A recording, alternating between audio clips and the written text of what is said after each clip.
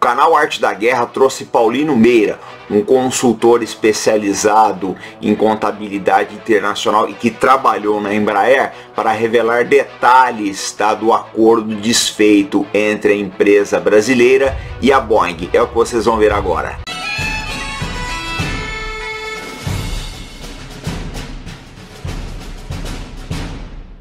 Pessoal, não vamos esquecer de acionar o sino. Ok, boa noite, pessoal. Boa noite, combatentes do canal Arte da Guerra. Boa noite, comandante. Boa noite, Paulino.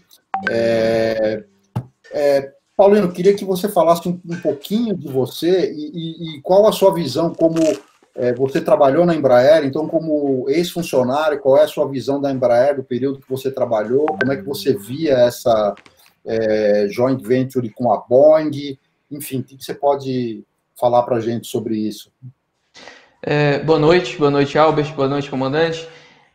Na verdade, Albert, eu estive na Embraer durante 3 anos e meio, entre os anos de 2014 e 2017, então até todo o processo desse acordo entre Embraer e Boeing, eu tenho visto de fora, porque quando o processo teve início eu já estava fora da empresa, mas acaba que quando a gente conhece, né, um pouco como funciona a empresa internamente, a gente consegue enxergar algumas coisas com olhos diferentes do público em geral, né? Isso é muito comum.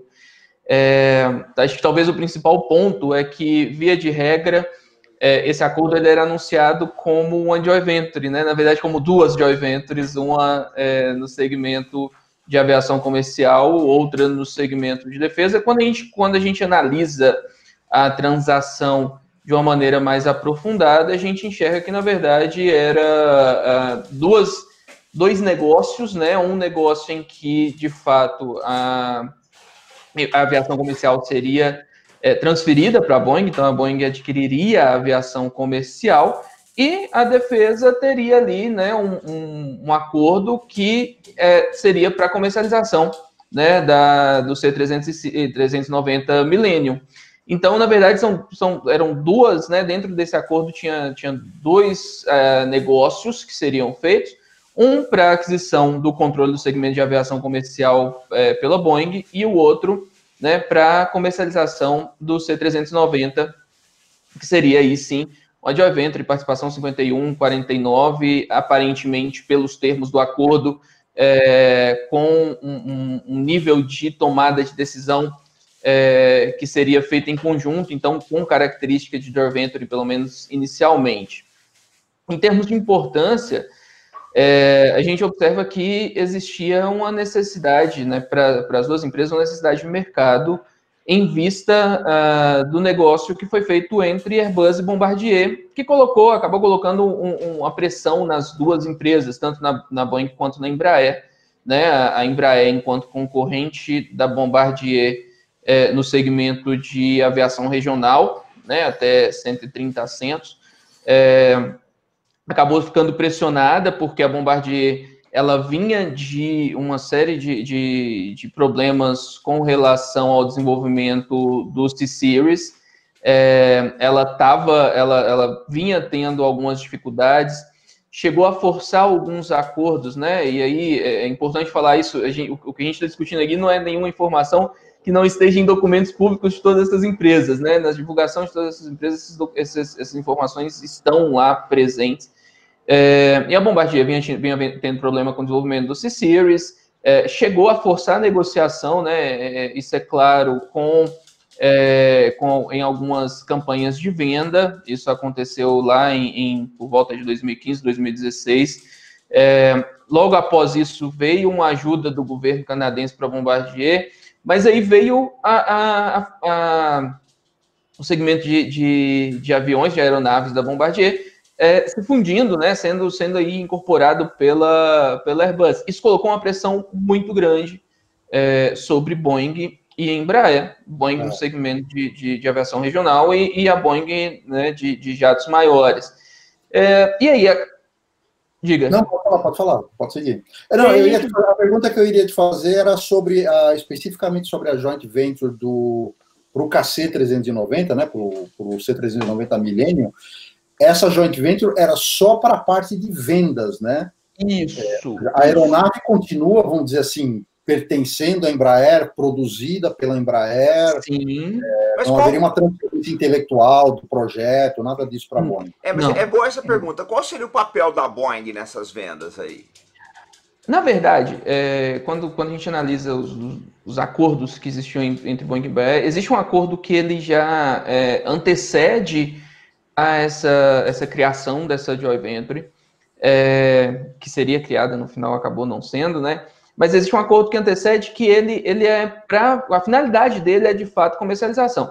É importante a gente comentar que o desenvolvimento, né, não só do KC, mas das aeronaves Super Tucano também, o desenvolvimento, a propriedade intelectual disso, ela não é da Embraer, né? Quando existe negociação, e a gente consegue visualizar isso também dentro dos acordos, das próprias publicações da empresa, a propriedade intelectual desses desenvolvimentos que é feito, eles são contratados pelo governo brasileiro, o desenvolvimento é feito, o proprietário dessa propriedade intelectual é o governo brasileiro, e quando a Embraer produz e vende essas aeronaves para outros países, são pagos royalties para o governo brasileiro. Então, a Embraer ela não inclusive, se a gente pega, por exemplo, uma publicação da Embraer e vai avaliar quais são os ativos intangíveis que estão descritos ali dentro do contexto da empresa, né? Falando de pesquisa e desenvolvimento mesmo, que é de propriedade da Embraer, a gente não tem ali o registro dessa propriedade intelectual relativa a esses produtos que são contratados pelo governo brasileiro. Eu iria perguntar, em relação à desistência da Boeing do acordo, qual é a sua visão? Porque imagino que a Embraer deve ter investido, enfim, tempo, dinheiro, recursos nesta transição, né? Como é que é a tua visão disso? O que você pode contar para a gente? Então, na verdade, assim, né, é o que eu estava comentando, existiu um interesse, e claro, o interesse da Boeing era um interesse de ganho de mercado, obviamente, né, de conseguir potencializar seu market share. Do ponto de vista da Embraer, a Embraer teria... Existem dois interesses aí que quando a gente analisa, quando a gente olha os acordos, eles ficam claros. O primeiro é que, apesar de hoje, né, a maior fatia da receita da Embraer ser a aviação comercial, o negócio traria um fôlego financeiro para a empresa, levando em consideração que 80% seria vendido por 4,2 bi. Então, era a intenção da empresa, seriam transferidos parte dos passivos que tinha na aviação comercial, e a parte disso seria pago como compensação aos acionistas, né? Existia essa parte do negócio, e parte disso seria suficiente ali para dar um fôlego de caixa para a empresa. Além disso, do ponto de vista de mercado, potencializaria a comercialização, né? A sobrevida ali da empresa, ela parecia ser mais viável com todo esse negócio, né? Falando especificamente da aviação comercial. Na parte de defesa e segurança, é interessante para a Embraer, considerando o porte do C-390 Millennium comparado com outras aeronaves que a empresa produz e vende, existe a questão de ser um avião novo que a empresa desenvolveu e está colocando no mercado, que vai comercializar no mercado. Então, isso acaba tendo, né, um peso, e ter a Boeing auxiliando nessa comercialização e potencializa, né, até mesmo a entrada no mercado americano ou em outros mercados que a Boeing já tem uma certa tradição dentro do seu segmento de defesa.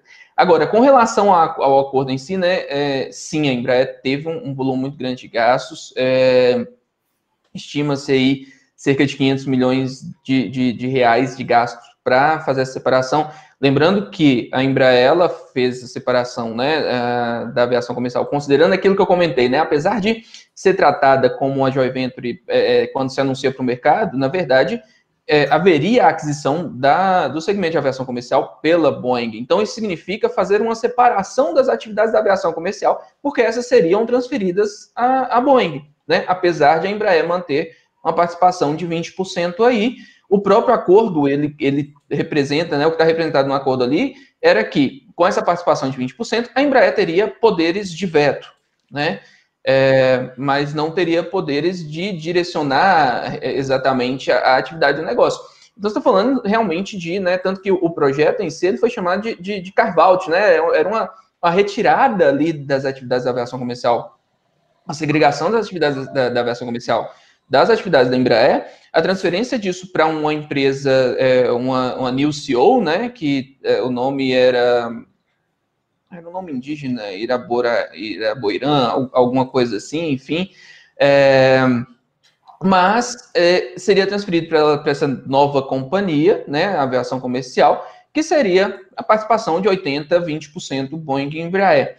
Considerando tudo isso, né, um gasto de quase de estimado aí 500 milhões, a gente está falando de separação física, né, então as unidades de São José dos Campos, unidades nos Estados Unidos, Évora, seriam dessa nova empresa, Évora em Portugal, seriam dessa nova empresa, né, que seria com participação da Boeing, e a Embraer fez toda a transferência de uma série de atividades, inclusive atividades administrativas, para a unidade de Eugênio de Mello, Distrito de São José dos Campos, e manteria outras unidades, Ogma, etc., que fariam parte aí continuariam fazendo parte da operação na Embraer.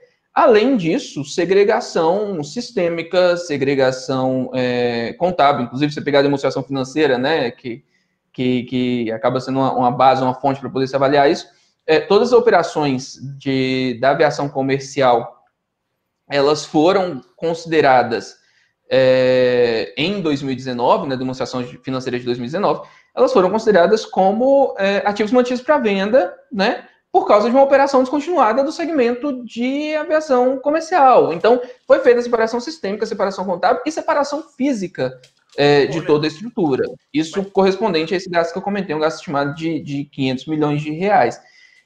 Então, assim... que tá, isso que eu queria te fazer uma pergunta nesse ponto. A gente sabe que teve esses gastos aí e que a Embraer deve acionar a Boeing, alguma coisa ela provavelmente recebe disso. Mas você vê a possibilidade que a Boeing passe por um momento ruim, não só a Boeing, como todo o setor de aviação comercial, a verdade é que está num momento bastante difícil aí pela Covid-19, né? Mas existe um interesse muito grande da Boeing concretizar esse negócio. A gente percebe que ela não está podendo seguir em frente exatamente porque ela tem um motivo difícil. Será que talvez não compensasse a Embraer fazer um acordo mediano agora para ganhar tempo e no futuro a Boeing acabar concretizando essa operação? Então, na verdade, assim, depois que se rompeu ali o prazo, que seria o prazo final para se cumprir o acordo, né, a gente consegue ver... Pela comunicação das duas empresas, a gente consegue enxergar um pouco de como está sendo esse processo. A primeira notícia de que talvez o acordo não se concretizaria, ela surgiu no dia 21 de abril. Na verdade, já tinha um burburinho, mas, enfim, a primeira coisa assim, que parecia um pouco mais concreta foi noticiada em 21 de abril desse ano. A Embraer soltou um comunicado na imprensa falando que ainda estava tentando fazer uma extensão desse prazo até junho, né? Esse foi um comunicado emitido pela empresa, inclusive arquivado como resposta à imprensa junto à CVM na data, né? De que ela estava tentando adiar o processo para junho. A alegação da Boeing de que a Embraer ela não teria cumprido com todos os requisitos para a conclusão desse processo, né, para a conclusão do negócio, do acordo. Apesar disso, a gente vê que, primeiro, a Embraer ela já se manifestou falando não, nós cumprimos tudo e essa não é a motivação, né? Inclusive, isso foi um comunicado que saiu à imprensa, na verdade, um comunicado que saiu para os investidores e acabou sendo noticiado pela imprensa também, no dia 25 de abril, logo depois, o prazo final foi 24 de abril. Naquele momento, ambas empresas informaram que não dariam continuidade no acordo, e logo no dia 25 a Embraer já soltou falando, olha, a comunicação da Boeing de que a gente não cumpriu parte dos requisitos, isso não é uma realidade, e a gente tem certeza de que nós cumprimos, né? Nós, a empresa, temos certeza de que cumprimos todos os requisitos para o cumprimento, para a conclusão desse acordo. Ao mesmo tempo, saiu, né, um comunicado da Boeing aos investidores falando que foram envidados todos os esforços para concluir, mas que o negócio não seria mais proveitoso, né, não seria mais apropriado ao momento. Então a gente vê assim, na verdade, o que acontece é que existia sim o interesse de ambas as empresas inicialmente. O interesse da Embraer em concretizar isso continuava existindo, tanto que a empresa teve esforços ali para poder tentar prorrogar este prazo e concluir, de fato, o acordo. Mas o que acontece é que a Boeing já não vê mais esse acordo. Na verdade, a Boeing está meio que lutando hoje pela sobrevivência dela, né? Exatamente. Muito difícil a situação dela. Já era complicado com o problema do 737 MAX, né? Isso, a situação já tinha se complicado. E agora, com o Covid, ela se complicou ainda mais. Então, a gente vê um cenário que ele não é possível prever, né? Se questiona muito, ok, a aviação comercial ela volta ao patamar de antes ou muitos voos corporativos vão ser reduzidos? Nos próximos 2 anos é provável que mesmo o turismo não se recupere, porque a gente não sabe até quando essa situação da pandemia vai, até que você começa a ter, né, aquela chamada imunização de rebanho. Então você não sabe até que ponto o turismo vai se recuperar nos próximos 2 anos. Mesmo a United vai demitir uma parcela significativa dos seus pilotos. Ela anunciou hoje, a United Airlines, nos Estados Unidos. Sim, exato. É que provavelmente depois que passar essa pandemia vai ter uma mudança de comportamento das pessoas também, né? De cultura, né? Sim. Ninguém sabe como é que isso vai ficar, né? Os prognósticos não são bons para o mercado aeronáutico, é um mercado que é muito sensível à variação de economia, né? Pois é. E aí, assim, inclusive essa questão da United, a United já tinha tomado uma série de posturas. Ela foi muito rápida em tomar algumas ações de... ela não está recebendo avião, a não ser aqueles que já tivessem financiamento aprovado. Ela está fazendo uma gestão de caixa de uma maneira específica. Então, a United ela já tinha algumas ações, sim, ela já tinha anunciado, né, já tinha anunciado que muitos dos seus funcionários estavam em licença não remunerada, agora anunciou que vai demitir pilotos. Então a gente vê que realmente o prognóstico não é bom. E a Boeing já tinha todo aquele problema com o 737 MAX. A intenção com o acordo com a Embraer era ganhar sim, uma força no mercado, principalmente no que diz respeito à aviação regional, tentar potencializar alguma coisa com essa operação, e a Covid veio e meio que derrubou essas intenções. Então, existiu até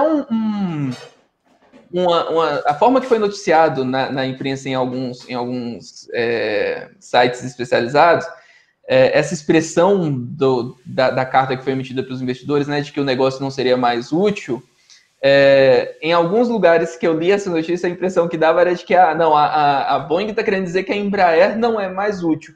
E não é exatamente isso, na verdade. Na verdade, o negócio para a Boeing passou a ser uma questão secundária, porque hoje ela está lutando pela sobrevivência dela.